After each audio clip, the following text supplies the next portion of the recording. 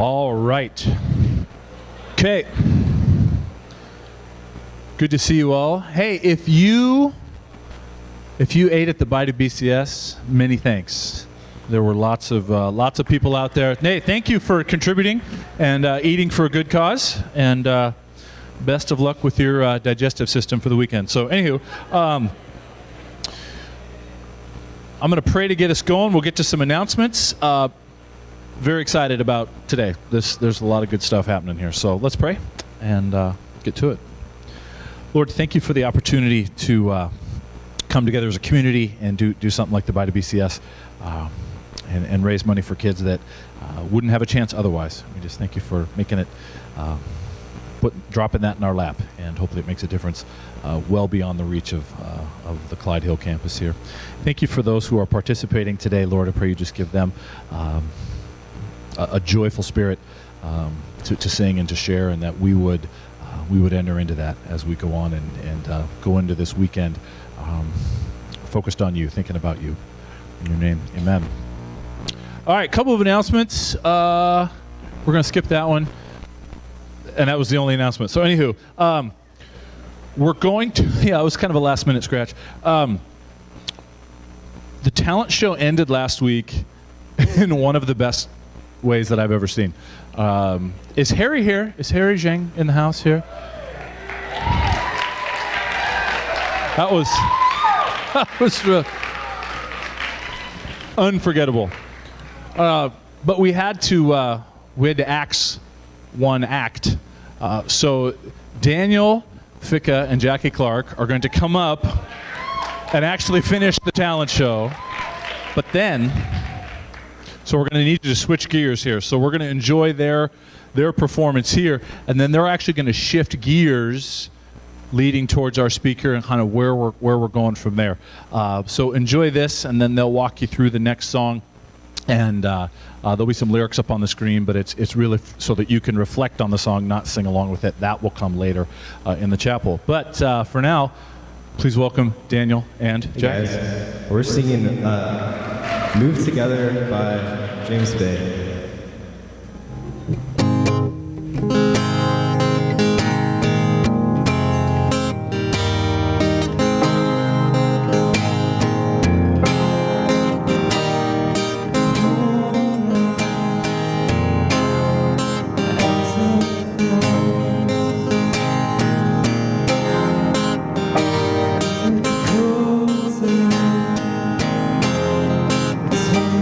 Go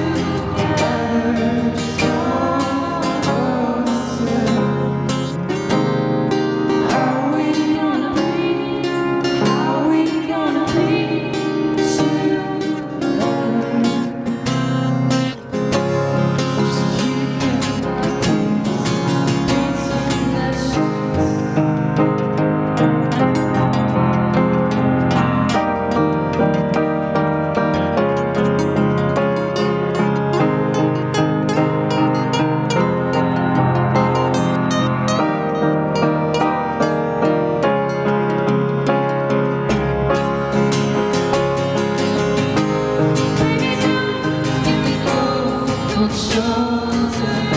Before you go, turn around, let me hold you. Let me sit in the dark of the morning. Always want me, yeah.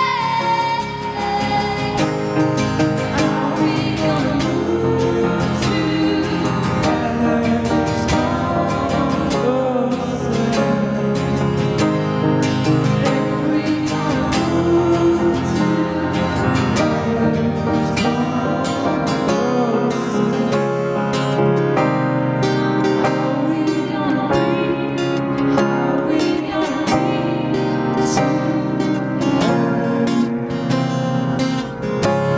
Just keep in my place between the sheets.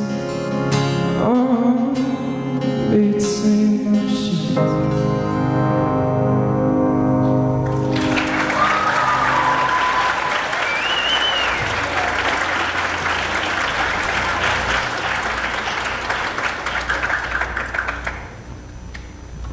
So now we're going to sing a worship song for you guys. And this song, the lyrics are just really they're really deep. So just take some time to reflect and think about what the lyrics are saying to you personally.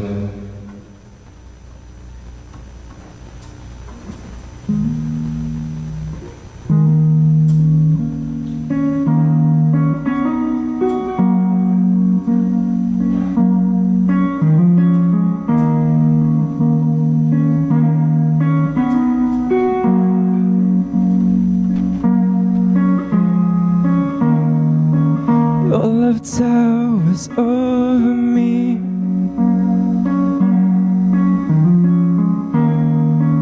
Gracious tempest in the sea.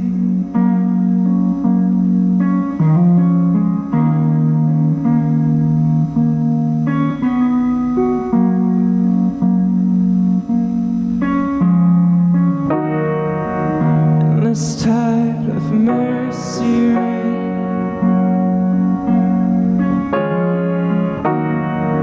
come and flood my heart again. Surrounds me like an ocean. Your love is crashing over me. It's surging like a raging sea. Immerse me in the wonder of your love. A temple of unending grace, consuming all my reckless ways. My sins submerged, your love has saved my soul.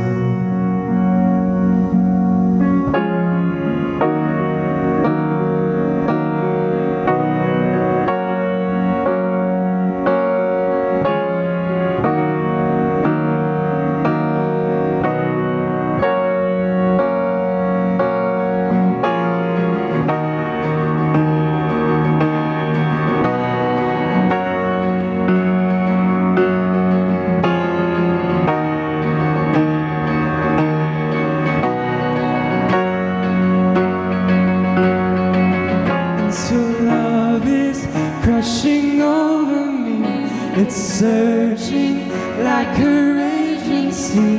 Immerse me in the waters of your love. In the downpour of unending grace, consume me all my reckless ways. My sins submerged, your love has saved my soul. Your love is like a storm. Oh, oh, your love is like a storm.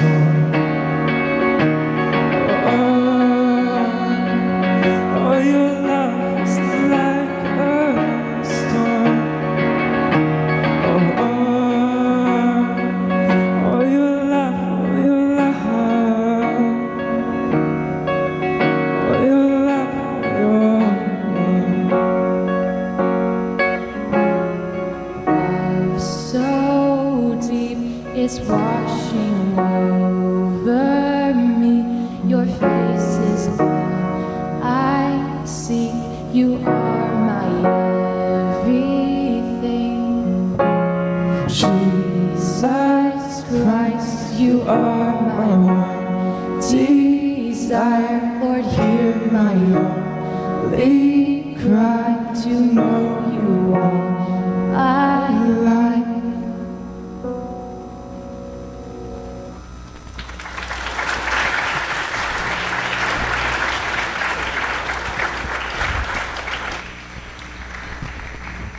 One of the really neat things about my school year this year is that I have been right next door to Mrs. Winskill, who is our speaker today, and I've got to know her. A lot of conversations, and just it's been a joy. So really lean in to what she's going to say. This is going to be really good. So please welcome Mrs. Winskill.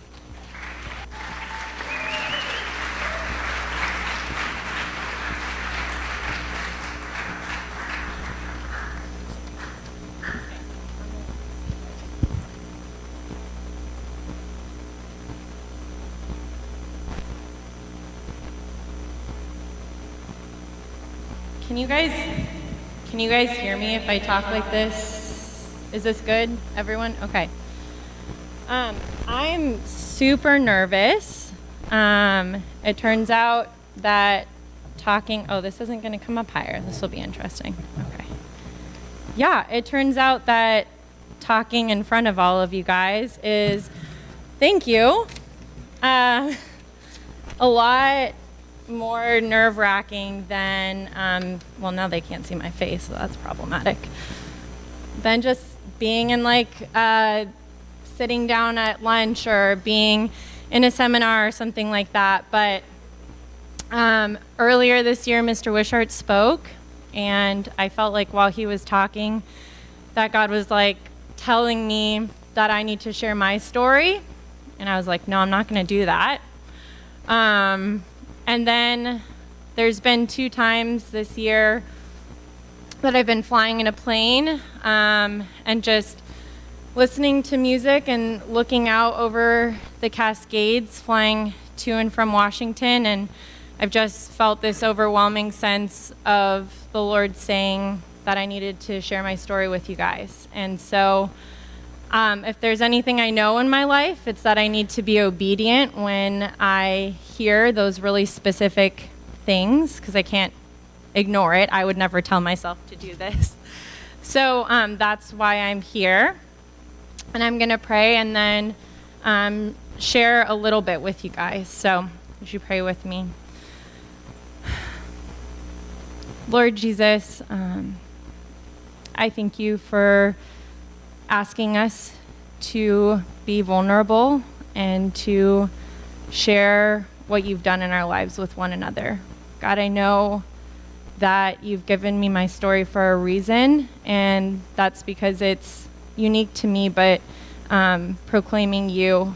And I just pray that in this time that the things that I share wouldn't speak of my greatness or even highlight my error, but in everything point to you and your goodness and your grace. And Lord, if there's someone here that needs to hear something, you know it. And so I thank you for that. And I thank you for the opportunity to be here with all of these students and share in their stories every day with them, Lord. So I just ask for your peace and your calm, and that any words that I share that aren't glorifying to you, that you would use them or make them just be forgotten. And so I pray all these things, Jesus, in your name. Amen. So some of you guys who are in here, wow, I shouldn't have touched that, sorry, have heard some of my story because we've gone to Costa Rica together, and we did that there, or just have known me for a few years. I could honestly sit here and share about things that God has done in my life and the ways that he's worked in me, and we could be here all day. And I think that's kind of the point, is that no matter how many years or days you've been alive, there's something to proclaim God's goodness about. And so I want to share with you a little bit today, but please know that this is not the extent. There are some big things, but there's also lots of small everyday things that matter. And so I just want to preface this by saying, if you hear this and feel like, gosh, there's nothing big that's happened in my life, that's not true.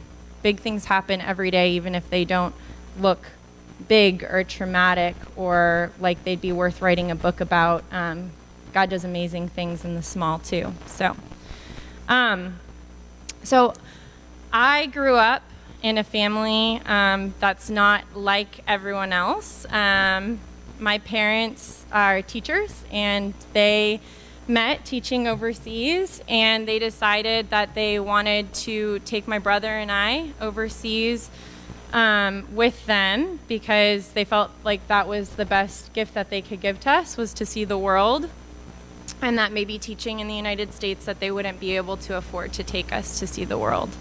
And so everyone always thinks when I tell them all the places that I live that my parents are missionaries, and I always have to be like, no, they're not. I mean, teachers are kind of like missionaries, but it's very different. So when I was first born, I'm the oldest. My brother's 3.5 years younger, so he wasn't around yet. And when I was 8 days old, my family put me on a plane, and I was a little baby in one of those airplane bassinets, and moved to Colombia. And I was born in the late 80s, and so that's when like the height, if you guys have, there's like that Netflix show that's out right now, that's the documentary on Escobar. I think it's called Narcos, but anyway, that's all about the political scene at the time in Colombia. So it was like this huge drug war was going on. There was a lot of political instability. Escobar, if you've heard of him, he was this huge and dangerous drug lord, and he lived across the street from us, actually, when I lived there. And it was his summer home, so he wasn't always there. So we lived there for a year. I don't remember this. I was a baby, but my parents have shared this story with me, so it feels very real. So my mom and dad are both Christians, but their faith is very different. My mom is very charismatic, and my dad is very Midwest Lutheran and doesn't really talk about his faith very much, but believes pretty strongly. And so he doesn't usually have a lot of moments when he's like, I feel like we have to do this, like I have a spiritual sense. He's not really that type of person. So one day he was like, hey, Linda, that's my mom, I feel like we need to leave. Like today, we need to leave. It's a Friday, and we need to go away for the weekend. And my mom was like, why? And he's like, I don't know. I just feel like we need to leave. So they packed their bags, and they went to the airport and bought a little plane ticket and went to this small island where we were for the weekend just off the coast. And within hours of us leaving, the first car bomb that ever went off in that hemisphere, in the Western Hemisphere, exploded in front of our house because they were trying to get Escobar, but they put the car in front of our house. So when we came back, our whole house was destroyed. Everything was destroyed. And my little crib that I was in was filled with glass. So kind of a traumatic first year of life that I don't remember and wasn't there for, but my parents finished out the year and moved back to the United States. And I share that with you because I think that's kind of the theme of my story, is that I don't feel like from the beginning that I've done anything to deserve God's love or protection, but he's had his hand of protection over my family, and I'm very grateful for that. So flash forward, we're back in the States. My brother's born. We moved to Peru when I'm turning 4, and lived in Peru for 5 years. And then when I was going into 4th grade, my family moved to Bangkok. And people always ask, like, why did your family move? Was there something wrong? And they just wanted to see the world, so we just kept going. And so we moved to Bangkok, and those were some really amazing, formative years in my life. And I have a deep love in my heart for Thailand as a result of living there. I had a pretty normal childhood, playing sardines after school with people or playing basketball games. I was really into swimming. I swam competitively at a young age. Life was really good. And through all that time, I feel like people always ask me, like, when did you become a Christian? When did you get saved? And I'm like, I don't know. I just have always been a Christian. Like, I've always believed in God since I was little. But my family wasn't really the type of family that, like, did Bible studies together or talked about God all the time. It was just like, I knew that Jesus loved me, and I had this very simplistic faith of believing like Jesus is present with me, to the point where I feel like I prayed all the time, just talking to Jesus like he was some person there that was with me. Like, I remember being little and like sitting in the bathroom and being like, hey Jesus, this is what I did today. So I kind of think that's cool now looking back, that I didn't have like all these hang-ups because I didn't grow up with a lot of like politicized faith. But yeah, so things were really great. And then we moved to Egypt when I was in 8th grade, and I continued swimming and was getting to be very, very successful. I was just reading my little journal when I visited my parents over spring break, and I was writing about how my dream was to be an Olympic swimmer.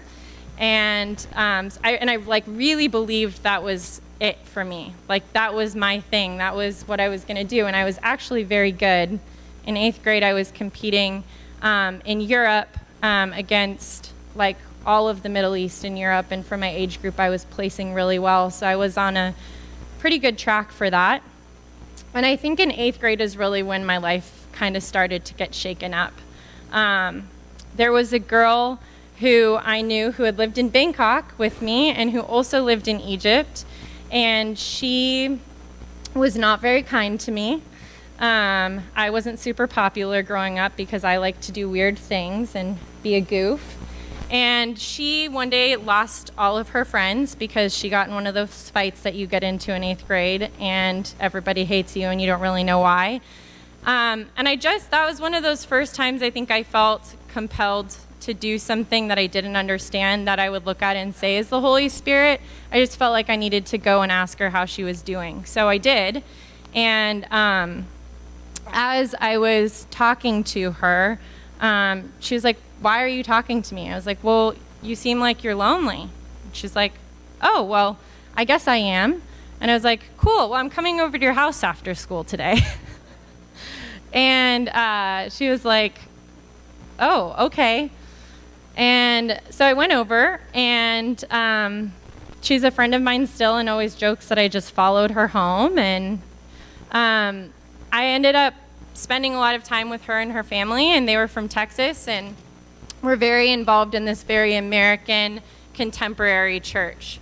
And that was kind of my first exposure to worship music like we were listening to, or people living out a faith that looked very different from my family's, which like we always went to like more liturgical churches where you sing hymns and pray prayers that are on a piece of paper there's a lot of value in those things, but this was just very different. And I actually signed up to go on my first mission trip with this friend, and didn't really know what a mission trip was. I just thought it sounded super cool that we were like gonna go to South Africa and talk to people about Jesus. I was like, yeah, I want to do that. And so I saved all this money and did like fasting to raise money and was part of this youth group. And we went to South Africa. And while we were there, there were some older students in my group who shared their testimonies. And they were like juniors and seniors at the time, and I remember thinking, oh my gosh, they are like the coolest people ever. And their testimonies were really powerful, and I just thought, man, my story is not that cool. Like, nothing has really happened in my life. I just believe in God. So I prayed this prayer that I would both recommend and not recommend praying, where I was like, Lord, these stories are amazing, and I just really want to have an amazing story. Like, I want you to do some things in my life so that I can proclaim who you are, because right now I don't feel like I've got very much that I could say if someone asked me to tell my testimony. And in retrospect, that was kind of foolish, because I'm sure I did have some things that I could have said, and it's not about what we can say, it's about who God is, but I didn't know that. And as soon as I got back from that trip, my parents were like, hey, we're moving to China. And I was not happy about that decision.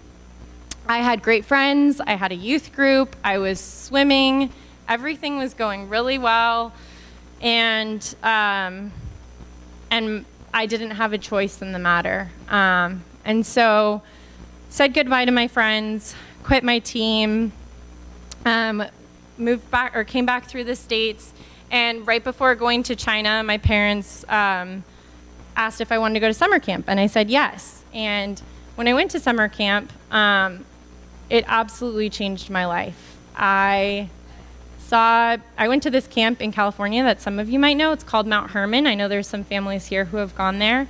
And yeah, it just totally like rocked my world, being surrounded by other high schoolers and most importantly, college students who were leaders that were just like all about following Jesus. That was such a new thing to me, to see people that wanted to talk about their faith, that wanted to ask hard questions, that wanted to jump and dance and sing and be goofy and play like funny lawn games, if you've ever been to camp, where you're like doing relay races with like costumes and jello and being totally ridiculous.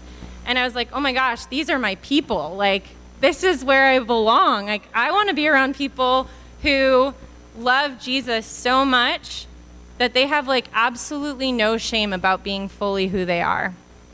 And so I was like, okay, I'm gonna go to China and I'm gonna be a strong Christian. And I think that I was talking with a student earlier today who's not here right now, and they asked me like, oh, do you have some hard parts of your story? And I said, well, yeah. And they said, well, how old were you when you got saved? Because usually people who get saved when they're older like have really interesting stories. And I was like, oh, all the hard parts of my story happened like when I was really walking with Jesus. So I don't know what to tell you. So I moved to China and things got really hard. I had to give up swimming, so there was this huge part of my identity that got ripped away, and that was really confusing for me. There wasn't a team there that I could be a part of. And my plan that I had for making all these great Christian friends kind of went downhill fast when there wasn't anyone at my school, it seemed like, that was a Christian, at least that I could identify. And so I made friends with all of the new students, and we were all like waiting for our math placement test, and that's where we bonded, naturally. And you know, this is how it goes when you start at a new school. And my school is a similar size. It was a little bit bigger than here, but, you know, small. People know each other.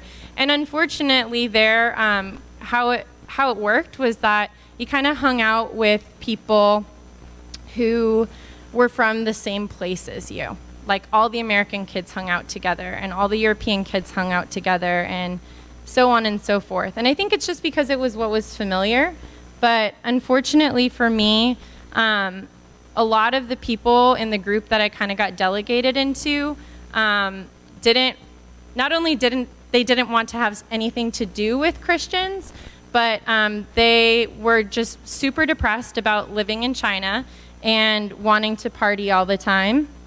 And so I wanted to make friends. So I just hung out with them. And my parents were pretty relaxed about things, so I was allowed to go out downtown. When you live in a city of 26 million people, there's a lot to do. And so my dad like took me to a club with my friends and was like, hey, this is part of living in a city. Like, I want you to make smart choices, but I also want you to like experience life here.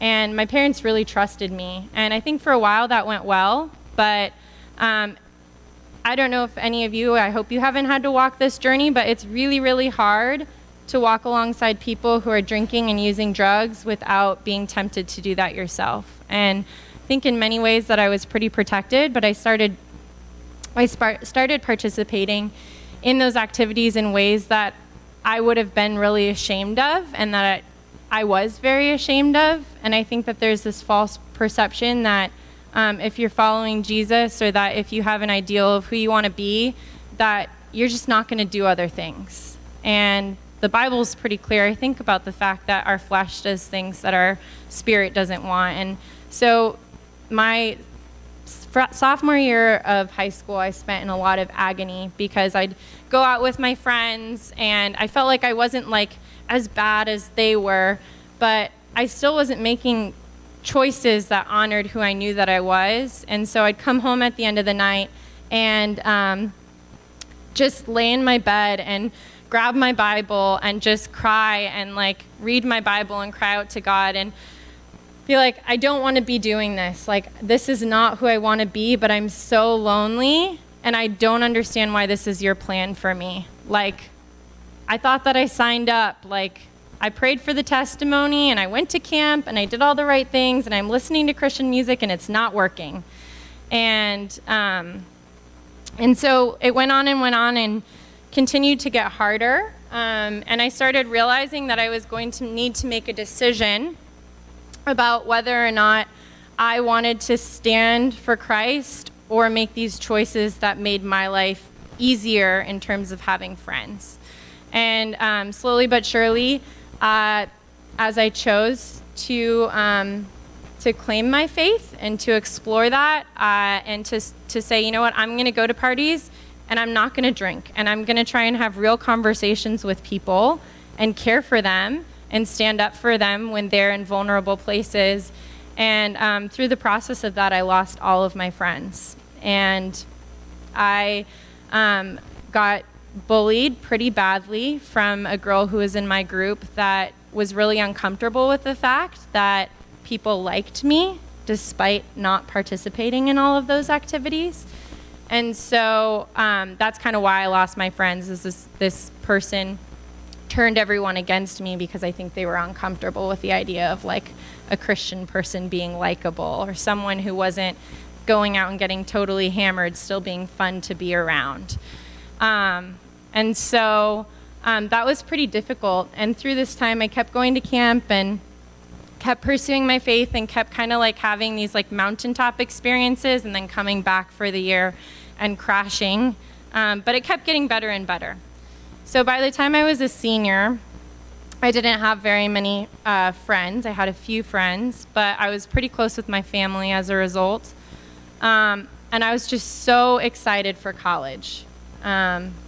Just so ready to go and finally get to pick a place for myself where I could be fully who I was and to not feel judged for that and not to feel alone. So like college was such an exciting thing. And I applied to a bunch of schools and went through that whole process and kind of was on cruise control in my faith because I was like, I'm good. Like, I'm not struggling. I got this. I'm so excited. And I think I was taking things into my own hands. And so when my parents asked where I wanted to go for Christmas, I said Thailand because I want to go one more time before I move back to the States. So I got to pick Thailand, and I got to pick that we were going to Phuket, which was one of my favorite places to go. And I picked the beach that we wanted to stay on, and my parents said we couldn't stay there, and I was super bummed because it was like the cool beach to be at where all the young people were. We stayed one beach over, and I promised these things matter. So we got to Thailand, and I started reconnecting with God just after the busyness of senior year, and started spending more time in prayer and started asking for guidance about college. And things were going really well. My family and I were there with my brother's friends. We ran into them on our way, and they were staying at the northern tip of the island. And Nicholas and Matthew were in Boy Scouts with my brother in Thailand, and then they moved to China as well. So there's all this like international connectivity, which is pretty cool. And And so we had these plans that we were going to go see Nicholas and Matthew and their younger sister Zoe. And so we rented a car the day before. Well, we rented a car on Christmas Day, and we were going to go see them. And as we were going to see them, the car broke down. And we had to get out and get a bunch of people to push it, and we got it going. And we got there, but we got there super late in the day because of the setbacks. And by the time that we got there, we called and called and called, and they didn't answer. And my brother was going to be spending the night with them, so we were super bummed about that, but ended up having a great Christmas anyway. And my family kind of does non-conventional holidays, if you couldn't tell. We're at the beach in a Jeep driving around on Christmas. So we came back and had dinner, and I remember just praying this prayer of gratitude that night of Lord, I'm so thankful for your birth and for your role in my life, and thank you for my family. They've been the best friends that I could have. And just asked that no matter what in my life, that God wouldn't take my family from me, because through all of that, they had been the consistent people. And my brother is with us because he couldn't spend the night with them. And so we went to bed, put earplugs in, took some sleeping pills, because when you're at the beach like that, people, all of the tourists were partying, so super, super loud.